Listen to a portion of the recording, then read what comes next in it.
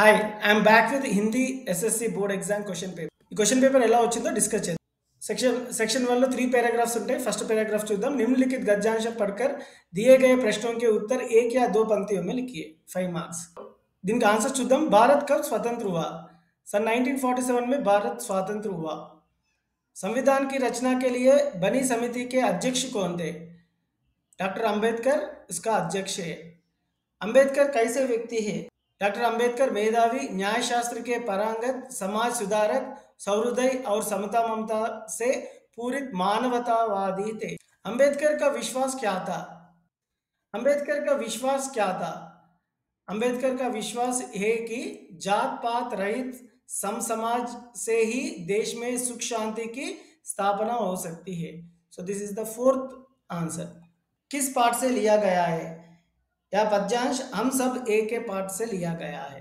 Will see sixth question. वैज्ञानिकों की शीर्षक संस्था का नाम क्या है?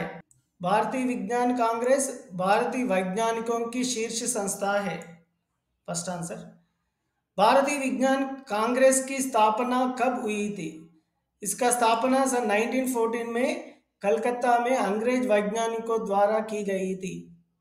इस संस्था की स्थापना का उद्देश्य क्या है? इस संस्था की स्थापना का उद्देश्य क्या है? स्थापना का उद्देश्य भारत में विज्ञान को बढ़ावा देना है. 9th question.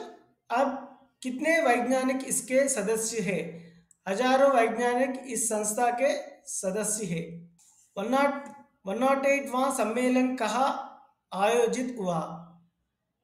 108वां भारतीय विज्ञान कांग्रेस का आयोजन नागपुर में किया गया है. अजन्मी लड़की का संबोधन किससे है? उसका संदेश है माँ से. लड़की ने माँ की आंखों में क्या देखा? तेरी आंखों में तैरते ये समुंदर, ये आसमान के अक्स मैंने देख लिया है माँ. 14th question. समुंदर की लहरों के तपेड़ों में क्या होता है? मोती और सीपी और नाविकों के किस्से. 15th question. इस पद्यांश की कवयित्री का नाम लिखिए. इस पद्यांश की कवयित्री का नाम है Mridul Joshi. Section 2 question answer section. निम्नलिखित प्रश्नों के उत्तर 3 या 4 पंक्तियों में लिखिए. 4 क्वेश्चंस 4 मार्क्स 16. సుమిత్రానంద్ పంత్ के बारे में आप क्या जानते हैं? సో వన్ పోయం కంపల్సరీగా అని చెప్పాను. నిన్న కూడా ఒక మోడల్ పేపర్లో మనం డిస్కస్ చేసేటప్పుడు ఈ క్వశ్చన్ వచ్చింది. So let's see the answer. So प्रकृति के बेजाड़ कवि माने जाने वाले सुमित्रानंद पंत का जन्म 1900 में अल्मोड़ा में हुआ.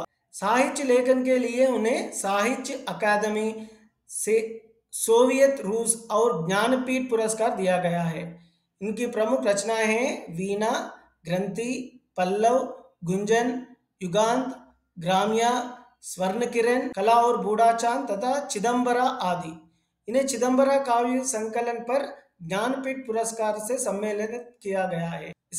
इनका निधन सन 1977 में हुआ. कवि रैदास ने स्वयं को मोर एवं चकोर क्यों माना होगा? घने बादलों को देखकर मोर खूब नाचता है, आनंद विभोर हो जाता है. उसके प्रकार रैदास भगवान रूपी बादल को देखकर खूब आनंद विभोर हो जाता है, इसलिए कवि ने अपने को मोर माना. किन अवसरों पर लोकगीत गाए जाते हैं? त्योहार और विशेष अवसरों पर ये लोकगीत गाए जाते हैं. 19th question. लेखक को गोदावरी के दर्शन की अनुभूति कैसी हुई?